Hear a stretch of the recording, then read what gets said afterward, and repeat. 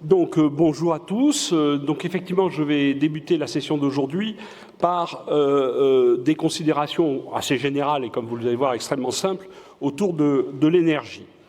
Alors, d'abord, je vais essayer de revenir à des choses de base.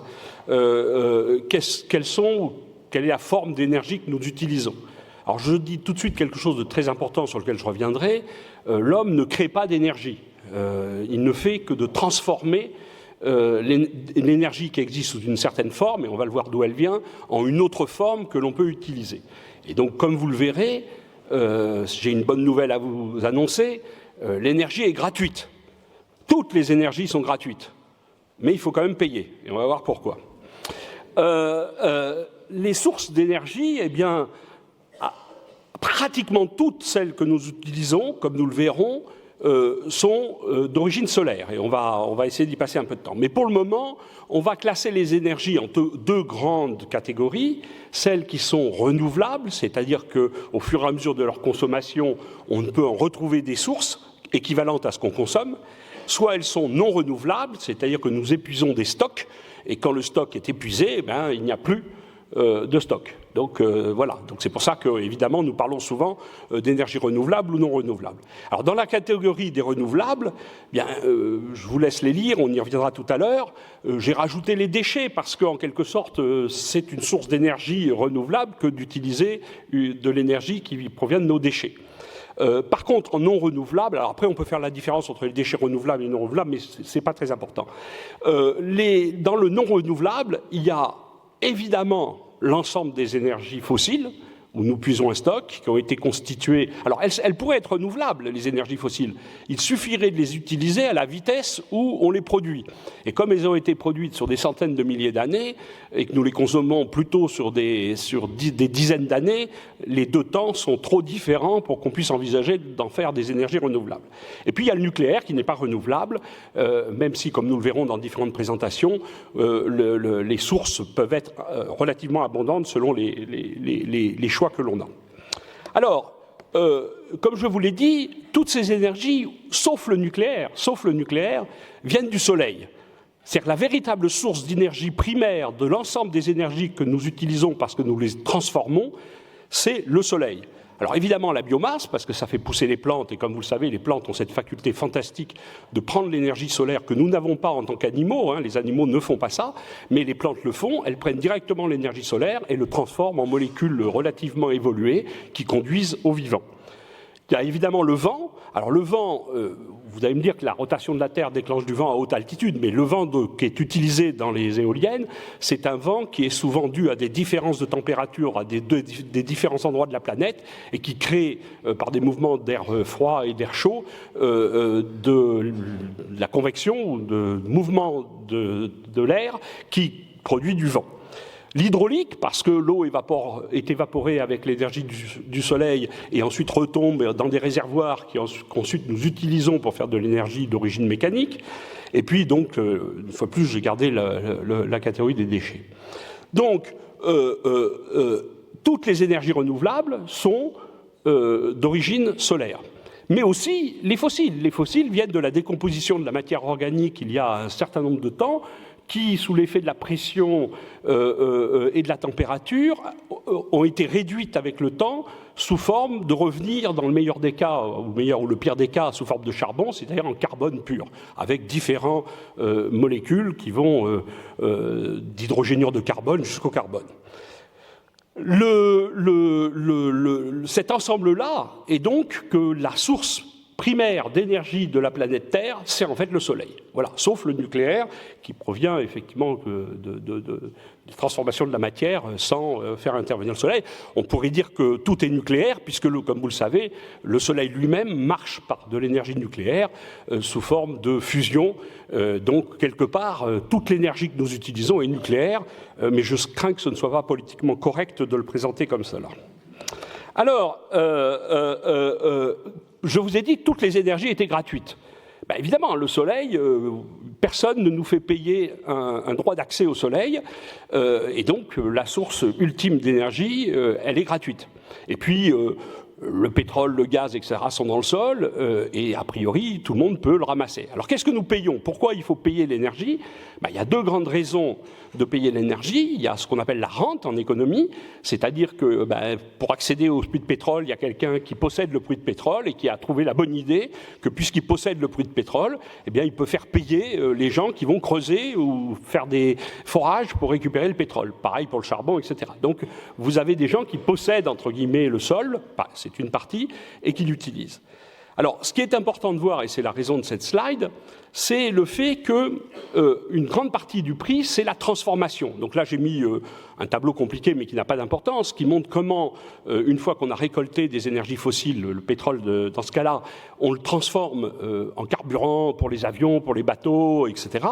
Eh bien, il y a toute une industrie entre les deux qui demande des investissements, qui demande du travail, et donc c'est la transformation de cette énergie au départ gratuite en quelque chose d'utilisable qu'il faut bien évidemment payer. Alors quand on classe, de nouveau je ne vais pas vous lire l'ensemble du tableau, mais quand on classe en ces deux catégories le coût de la rente et le coût de la mise en œuvre, on voit que effectivement pour toutes les énergies, eh bien, il faut payer parce qu'on veut les récupérer, les mettre accessibles sous la forme que l'on veut les utiliser. Mais gardez en tête que la source elle-même d'énergie, on ne fait que transformer une énergie en une autre pour l'utiliser. Alors, vous verrez, j'avais une slide sur ça, mais je n'ai pas voulu compliquer les choses, mais je vous le dis quand même.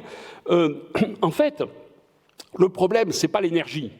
Le problème, c'est la thermodynamique. Alors, j'ai fait pas mal de thermodynamique dans ma vie, et je fais partie des gens qui ont compris que quand on essaye de lutter contre la thermodynamique, à la fin, on perd. Le problème, c'est que la thermodynamique, par un principe qui s'appelle le second principe, il fait la distinction entre l'énergie utilisable et celle qui ne l'est pas. Et puis il y a cette notion d'entropie. Et en fait, le problème, c'est qu'en prenant de l'énergie et en l'utilisant, on fabrique de l'entropie.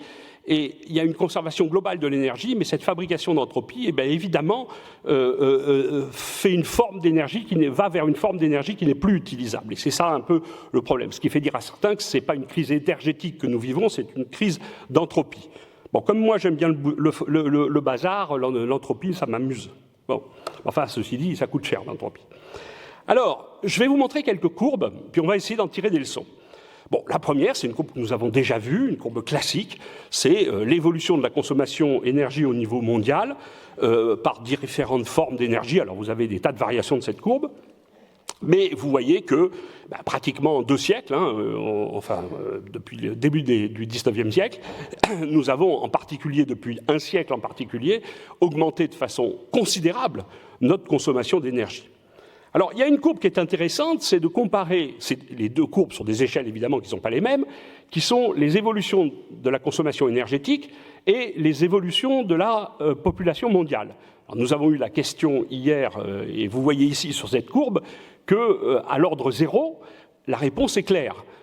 Nous avons des courbes qui, mises à des échelles qui ne sont pas les mêmes, mais qui peuvent être ajustées pour donner la forme de la courbe comparable. Vous voyez de façon évidente qu'à l'ordre 0, l'augmentation de notre consommation d'énergie suit parfaitement ou d'assez proche la courbe de l'augmentation de population. Alors, ce n'est pas une grosse surprise. C'est normal que plus nous sommes, plus nous utilisons d'énergie. Bon. Alors après, pour savoir un peu, de façon un peu plus proche, finalement, qu'est-ce que nous consommons? Il faut diviser l'une de ces courbes par l'autre, donc diviser la consommation d'énergie par la courbe de population, et on obtient cette courbe-là. Donc là, c'est du deuxième ordre. On est en train de regarder le rapport entre la quantité d'énergie que nous utilisons divisée par la population mondiale. Alors vous voyez que ça augmente. Donc non seulement nous consommons de l'énergie parce que nous sommes plus nombreux, mais nous consommons de plus en plus d'énergie par personne. Tout ça, c'est au niveau mondial. Après, on verra la France un peu plus tard. Et vous voyez que dans cette courbe, qui est donc plus petite au niveau du facteur d'échelle, il y a deux éléments où finalement, pendant un certain temps voulant dire quand même de l'ordre de 10 ou 20 ans, nous avons consommé moins d'énergie et si vous reliez ça à l'économie mondiale, ce sont des périodes où il y a eu des crises économiques graves qui ont affecté le développement économique. Donc les éléments de pause où nous avons dans le passé moins consommer ou arrêter de consommer, d'augmenter notre consommation d'énergie par personne, ce sont des moments où il y a eu une crise économique qui a baissé l'activité mondiale et qui a fait diminuer la quantité d'énergie consommée par personne. Voilà, je pense qu'il faut garder ça. Alors il y a une autre courbe qui est très intéressante, c'est la comparaison de la quantité d'énergie que nous consommons au PIB, c'est-à-dire, disons, à la valeur économique de production d'un pays. On le fait, cette courbe, elle est faite au niveau mondial, de nouveau. Et comme vous voyez, il y a une corrélation très forte qui existe entre la consommation d'énergie et l'augmentation du PIB. Plus nous augmentons le PIB, plus nous consommons d'énergie. Alors, là encore, pour aller regarder les choses d'un peu plus près, au lieu de faire une moyenne mondiale, qui est assez caractéristique et qui montre cette corrélation qu'on a eue jusqu'à maintenant entre augmentation de la richesse, on peut le dire comme ça, du monde avec la consommation d'énergie, on peut essayer de le faire pays par pays. Et quand on fait ça, on s'aperçoit que si la valeur moyenne monte et est fortement corrélée entre l'augmentation de l'énergie et le PIB, quand on fait pays par pays, on voit qu'il y a de très fortes différences. Alors vous avez remarqué que nous avons une échelle log en verticale, et donc quand vous regardez un peu les nombres, vous voyez qu'à même consommation, à même BIP par personne, vous voyez que la consommation, donc deux pays qui peuvent avoir le même PIB par personne, peuvent se retrouver dans des conditions où leur consommation énergétique peut varier d'un facteur 10. Et ça, c'est très important, parce que ça veut dire quelque part qu'on a une réserve, en quelque sorte, de comportement, puisqu'il y a une corrélation globale de l'augmentation de l'énergie avec le PIB, mais qu'en fait, quand on regarde les pays, pour un même PIB, vous pouvez avoir un facteur 10 en consommation énergétique. Alors, admettons que le PIB soit relié à la qualité de vie et le confort des habitants. Vous voyez que pour la même qualité de vie, vous pouvez consommer entre 1 et 10 en énergie. Alors, nous le savons, parce qu'on fait souvent en Europe la comparaison de la dépense énergétique d'un Européen par rapport à la dépense énergétique d'un Américain, et nous savons qu'il y a un facteur important, et à peu près en moyenne, le niveau de vie n'est pas si différent que ça.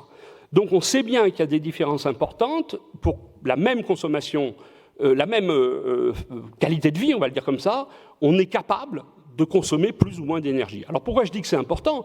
Parce que je pense qu'une part de la solution, et j'y reviendrai vers la fin, réside dans cette comparaison du fait que, eh bien, il y a des pays qui, entre guillemets, gaspillent plus l'énergie que d'autres. Alors, je vais aborder un deuxième point qui est très important, c'est les temps caractéristiques. J'ai été éduqué plutôt en physique, et le temps caractéristique en physique, c'est quelque chose d'extrêmement important quand on regarde des phénomènes dynamiques. Et j'ai proposé ici sur l'évolution de consommation de quelques grandes énergies, la variation en fonction du temps. Et j'ai mis une échelle de 60 ans pour vous fixer un petit peu l'ordre de grandeur. Et très clairement, de cette courbe, ce qu'il faut tirer comme idée, c'est, vous voyez que les transformations, c'est-à-dire la montée en puissance et ensuite la stabilisation de la consommation, se fait sur des périodes de l'ordre de 60 ans. Alors, je prends un exemple français, classique, c'est pour la production électrique en France. Vous savez que des décisions politiques qui se sont prises dans les années 60 ont conduit à ce que cette production aujourd'hui soit au-dessus de 70% d'origine nucléaire. Et vous voyez que la mise en place de ce système de production électrique d'origine nucléaire s'est fait sur 30 ans, sachant que vous pouvez rajouter sans problème 10 ans de plus, qui sont les 10 ans qu'il a fallu entre la décision de le faire et les premières constructions de centrales nucléaires. Donc, la mise en place du système de production électrique en France d'origine nucléaire s'est fait sur une période de 40 ans, qui n'est pas très différente donc avec cette échelle de 60 ans que j'ai montrée précédemment. On verra les conclusions. Alors, il y a un point qui est très important parce que dans beaucoup de courbes, on vous montre l'énergie soit en énergie primaire, soit en énergie finale. Alors, je vous redonne la définition parce qu'elle est importante, et il faut savoir qu'elle est importante surtout, pour ne pas dire uniquement, pour l'électricité, et surtout, pour ne pas dire uniquement, pour l'utilisation de l'électricité dans les bâtiments. Donc cette distinction entre énergie primaire et énergie finale, il faut se rendre compte que c'est un point certes important, et je vais vous en montrer une conséquence, mais il y en a bien d'autres, mais qu'il est lié essentiellement à l'utilisation de l'électricité dans les bâtiments. C'est la raison pour laquelle on fait cette distinction. Alors pourquoi ? Je vous donne la raison très simple, vous allez tout de suite la comprendre. Si vous voulez chauffer un bâtiment et que vous prenez du gaz, je prends du gaz ou du charbon ou du pétrole, c'est quand même, comme vous le savez, un peu mieux de prendre du gaz si vous choisissez une énergie fossile. Ou c'est moins mauvais, disons, de prendre du gaz que du pétrole ou du charbon. Alors, quand vous chauffez directement votre bâtiment et que vous avez un bon rendement, vous avez, ceux qui ont des chauffages par gaz, j'espère que vous avez tous des chaudières qui ont un rendement qu'on appelle la condensation, qui peut dépasser 100%. Alors, je peux vous expliquer pourquoi ça dépasse 100%, ça paraît bizarre, mais enfin, c'est une subtilité liée à la condensation de l'eau. Mais une chaudière à gaz a un rendement de l'ordre de 100%. Donc, toute la chaleur qu'elle produit est utilisée pour chauffer le bâtiment. Si vous prenez, par contre, du même gaz, vous fabriquez de l'eau chaude pour faire une turbine qui produit de l'électricité, typiquement le rendement est de 38% pour les très bonnes centrales à gaz, et avec ça, cette électricité, vous chauffez un bâtiment, eh bien, vous avez un rendement d'énergie finale qui, évidemment, est au mieux 38% de l'énergie du gaz que vous avez utilisé. Donc, vous avez un facteur entre la chaleur produite par l'électricité et la chaleur initiale, l'énergie initiale que vous consommez pour fabriquer l'électricité. Alors, vous allez me dire que ce n'est pas le cas en France à cause du nucléaire. Oui, bien sûr, mais j'y reviendrai tout à l'heure. Le point clé, c'est que ce facteur qu'on appelle donc un facteur de conversion, un coefficient de conversion, et en anglais c'est Primary Energy Factor, c'est un facteur qui est fixé par la loi des différents pays et qui est quelquefois artificiel. Donc en France, il est de 2,58. Il est de 2,58, ça veut dire que quand vous utilisez 1 kWh d'énergie électrique dans votre chauffage, vous êtes compté en énergie primaire 2,58 kWh. Alors, à cause de cette histoire de nucléaire, on peut discuter de ce facteur en France, et il y a de nombreuses discussions. L'Europe, d'ailleurs, est en train de réviser la valeur de ce facteur pour l'ensemble de l'Europe, et probablement est en train de proposer un facteur de l'ordre de 2 plutôt que de 2,58 pour la France, mais je ne veux pas rentrer dans ces débats, je n'ai pas le temps de discuter de tout ça. Et ce facteur peut être évidemment différent d'un pays à l'autre. Alors c'est pour ça que je vous montre deux courbes, l'un en énergie primaire, enfin deux camemberts, l'un en énergie primaire, l'autre en énergie fatale. Et ce que je veux que vous voyez, c'est que le pourcentage d'énergie fossile utilisée par la France, selon que vous le comptez en énergie primaire ou que vous le comptez en énergie finale, n'est pas le même, à cause de ce facteur de 58. Donc l'énergie primaire, en fait, la quantité d'énergie fossile que nous utilisons en compté en énergie primaire, c'est de l'ordre de 50% de notre énergie, mais compté en énergie finale, c'est de l'ordre de 2 tiers, de 66%. Donc vous voyez que ça peut changer les chiffres qu'on vous donne, et ça peut expliquer quelquefois des batailles de chiffres où les gens ne possèdent pas réellement cette notion de différence entre l'énergie primaire et l'énergie finale. Bon, alors voilà, au lieu de la France, la même courbe, le même camembert au niveau mondial, et là encore c'est une information importante, voilà où nous en sommes, ou plutôt où nous en étions en 2017. En 2017, nous en étions au niveau mondial, 80%, plus de 80% de notre utilisation d'énergie était ou est d'origine fossile. Aujourd'hui, dans le monde, notre utilisation principale et de beaucoup énergétique, elle est d'origine fossile. Alors je voudrais quand même que vous ayez ça en tête, parce que ça vous montre que dans tous les efforts que l'on fait, on part d'une situation où on est très majoritaire au niveau mondial, un peu moins en France, comme je vous l'ai montré, un peu moins en France, mais très majoritairement d'origine fossile. Alors, quelles sont les leçons qu'on peut tirer? Donc là, je vais aller vite pour aller à la conclusion. J'avais prévu une conférence beaucoup plus grande, je ne sais pas pourquoi, d'habitude je suis plus rapide, mais là aujourd'hui je me sens un peu lent. Un temps caractéristique de 30 à 50 ans. Ça c'est crucial. Tout changement d'un système énergétique d'un pays se fait sur des périodes de temps de 30 à 50 ans. Et c'est un point qu'il faut se souvenir. Alors, je vais passer cette partie-là à toute vitesse. Vous n'aurez rien vu sur le bâtiment, mais je crois qu'il y a une conférence dessus, mais ce n'est pas grave. Et je vais aller à la conclusion pour que nous puissions en tirer des leçons. Alors, les bonnes nouvelles d'abord. Les bonnes nouvelles, c'est que pour la France, quand on regarde l'intensité énergétique, c'est-à-dire la consommation d'énergie par unité de PIB, on voit qu'elle diminue avec le temps. Donc ça, c'est plutôt une bonne chose. Nous sommes plus productifs au sens que nous utilisons mieux l'énergie pour augmenter notre PIB. De même, si nous regardons la production de CO2, on voit qu'à la fois comptée par PIB ou comptée par habitant, elle diminue, un peu moins vite, mais elle diminue. Ça, c'est les bonnes nouvelles. Ça, c'est une courbe que vous avez déjà vue, c'est ce qu'on appelle le plan bas carbone, c'est-à-dire l'objectif que la France s'est fixé par une loi d'être en 2050 neutre globalement au niveau CO2, la neutralité carbone. Et vous le voyez que c'est quand même, compte tenu d'où on part, un objectif difficile. Alors, la mauvaise nouvelle, c'est que sur les énergies renouvelables, on est déjà plutôt en retard par rapport au plan qu'on s'était fixé pour 2020. Donc, on parle d'un plan qui est juste fini, hein. Nous sommes un peu en retard. Et c'est ma dernière slide.